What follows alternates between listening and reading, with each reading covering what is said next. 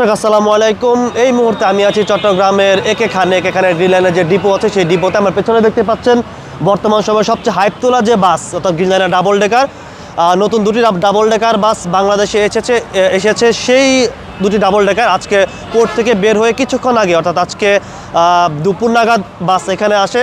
এরপর বাসে কিন্তু ধোয়া মোছার কাজ শেষ করে কিছুক্ষণের মধ্যে ট্রিপে চলে যাবে এই বাস, অর্থাৎ চট্টগ্রাম থেকে যাত্রী নিয়ে তারপর ঢাকায় যাবে। এখনও নাম্বার প্লেট পায়নি, কিন্তু যেহেতু বাস ঢাকায় যাবে সেই কারণে আসলে কোম্পানি থেকে যাত্রী নিয়ে একদম ঢাকায় পাঠানোর সিদ্ধান্ত নেওয়া হয়েছে।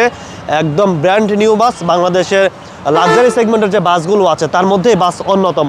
আমি যদি পুরো বাস একটু ঘুরিয়ে দেখাই আপনাদের, একদম ফ্রন্ট থেকে শুরু করে সামনের যে অংশটা বা সাইডের যে অংশগুলো অনেকটা আগের মতোই, আগের যে বাসগুলোতে সেই বাসের মতোই, তবে একটু ব্যতিক্রম। সেটা হচ্ছে এই যে লাইট দেখতে পাচ্ছেন, এখানে লাল লাইট দেওয়া আছে।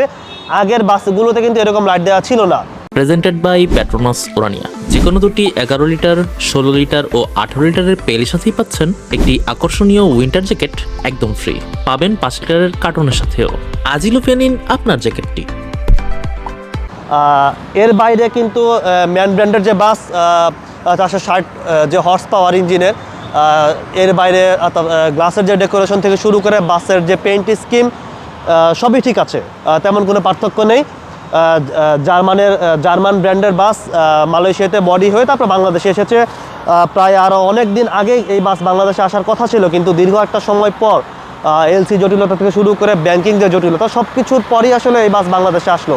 এখানে একটা বিষয় দেখায় যে এই বাসে কিন্তু হচ্ছে ইমার্জেন্সি এক্সিটটা একটু দেখায় যে অধিকাংশ বাংলাদেশের লাক্সারি সেগমেন্টের যে বাস আছে সেই বাসগুলো কিন্তু ইমার্জেন্সি এক্সিট খুব একটা থাকে না, কিন্তু গ্রিনলাইনের এই ডাবল ডেকার বাসগুলোতে আপনারা ইমার্জেন্সি যে এক্সিট সেই এক্সিটটা পাবেন।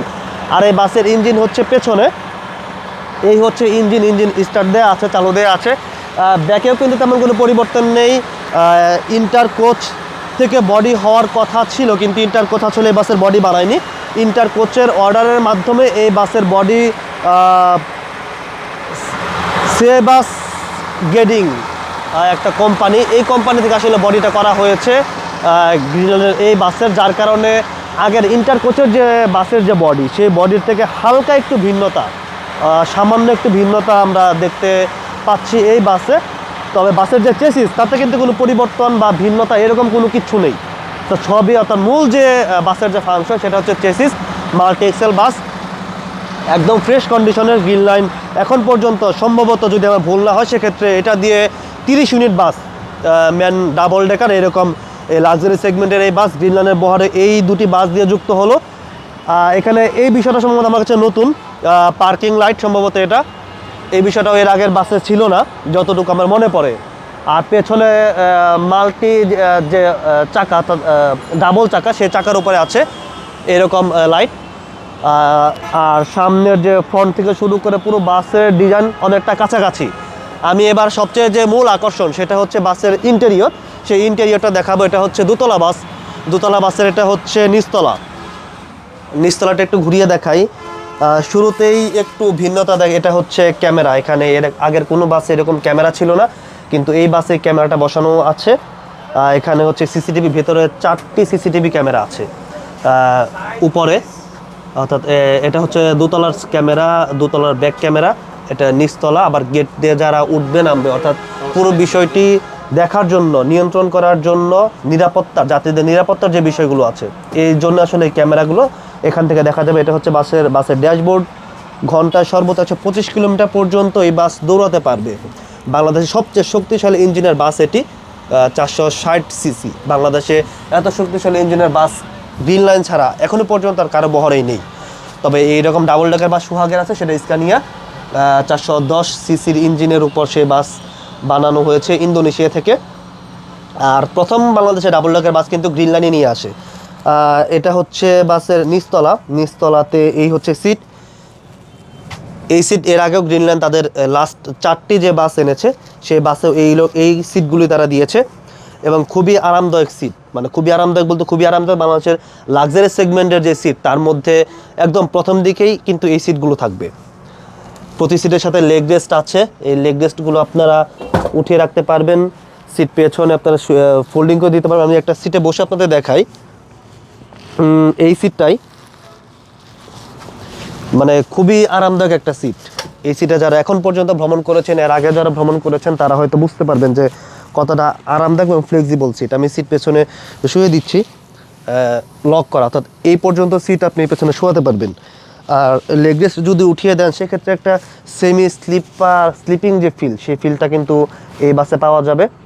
আরেকটা বিষয় একটু দেখাই যে লেগ স্পেস, মানে বেশ ভালো পরিমাণে লেগ স্পেস কিন্তু এই বাসে আছে, এবং অনেক ভালো লেগ স্পেস। যদি আপনারা দেখেন যে সিট পেছনে যদি আমি শুয়ে দিয়েছি, তারপরে কিন্তু পা রাখতে এখানে আমার মনে হয় না খুব একটা সমস্যা হবে।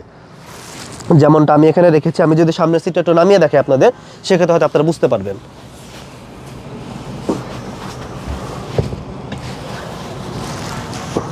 এই যে আমি রাখলাম, দেখেন আমার সামনে আসলে কি পরিমাণ স্পেস এখানে আছে, মানে পা কিন্তু সামনের সিটের সাথে কোনোভাবেই লাগবে না, অর্থাৎ পুরোপুরি ফ্লেক্সিবলভাবে আপনি এই সিটে ভ্রমণ করতে পারবেন।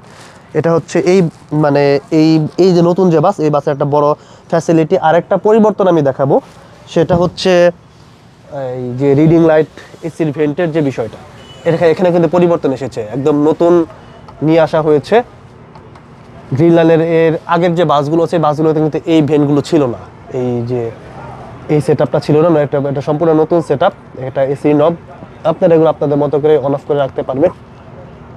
আমি আবার অফ করে দিচ্ছি। সামনে টিভি আছে, আর নিচতলার, এটা হচ্ছে নিচতলার গেট। যদিও সচরাচর এই গেটটা আসলে ব্যবহার করা হয় না, সব যাত্রী সামনে যে গেট, সেই গেট দিয়েই উঠেন, ওই গেট দিয়ে নামেন। আরেকটা বিষয় একটু দেখাবো, একদম পেছনে কিন্তু ক্যামেরা আছে নিচতলার। এটা হচ্ছে নিচতলার নিরাপত্তার জন্য আসলে ওই ক্যামেরাটা, এই ক্যামেরাগুলো সবসময়ই অন থাকে একদম 24 ঘন্টায়। আর এই বাস এখনো পর্যন্ত পুরোপুরি প্রস্তুত না, যার কারণে পর্দা লাগানো হয়নি, নিচে কার্পেটও বেছানো হয়নি। এবার মূল আকর্ষণ সেটা হচ্ছে দোতলায় একটু দেখাই, সিঁড়িটা দেখায়, সিঁড়ির যে লাইট, এটা গ্রিনল্যান্ড আসলে আগের যে বাস, সেই বাসগুলোতে এরকম লাইট লাগানো হয়েছে, যার কারণে সৌন্দর্যটা অনেক ভালোভাবে ফুটে ওঠে।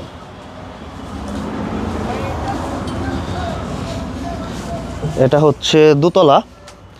আমার কাছে মনে হচ্ছে এই জায়গাটা এবার একটু বাড়ানো হয়েছে, মানে স্পেস, এই সিঁড়ির যে স্পেস সেটা বাড়ানো হয়েছে। এই বাসের সবচেয়ে মানে সুন্দর যে সিট, সেটা হচ্ছে দোতলার সামনের সিট। এই সিটে যারা ভ্রমণ করবেন, সামনে বসে একদম যে ভিউ, সেই ভিউটা আপনারা দেখতে পারবেন এখানে বসে, পুরোপুরি ভিউ, মানে দোতলা থেকে রাস্তার ভিউ দেখার সবচেয়ে বেস্ট এবং পারফেক্ট একটা সিট এটা। নিচতলা বা দোতলার মতো কিন্তু মানে একই সিট, নিচতলা যে সিটগুলো দেওয়া হয়েছে, দোতলায় একই সিট। এই সিটেও ঠিক আপনারা সব ধরনের ফ্যাসিলিটি আপনারা এই সিটে ব্যবহার করতে পারবেন।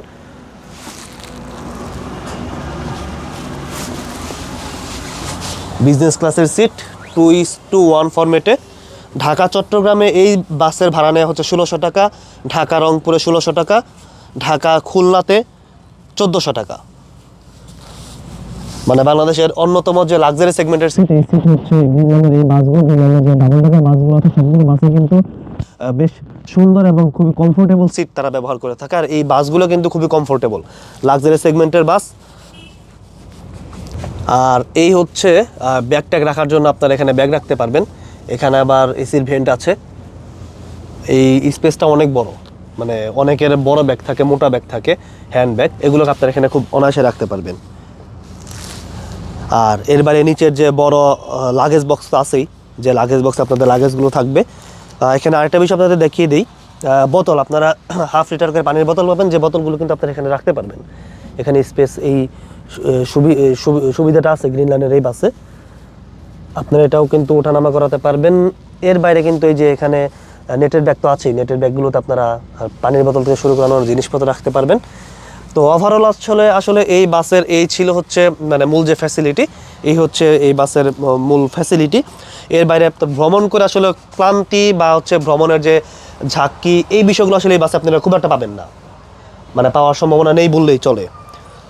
আর এই হচ্ছে এখানেও ক্যামেরা আছে, আবার এখানেও কিন্তু ক্যামেরা আছে, মানে নিরাপত্তার, সিকিউরিটির যে বিষয়টা পুরোপুরি কিন্তু এই বাসগুলোতে নিশ্চিত করা হচ্ছে গ্রিনল্যান্ডের পক্ষ থেকে।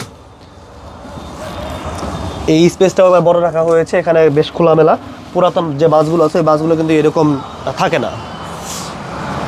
তো এই ছিল আসলে গ্রিন লাইনের নতুন বাসের রিভিউ। পুরো বাসটা আসলে আপনাদের আমি ঘুরিয়ে দেখালাম, পুরো বাসের যে বিষয়গুলো খুঁটিনাটি বিষয়গুলো দেখালাম।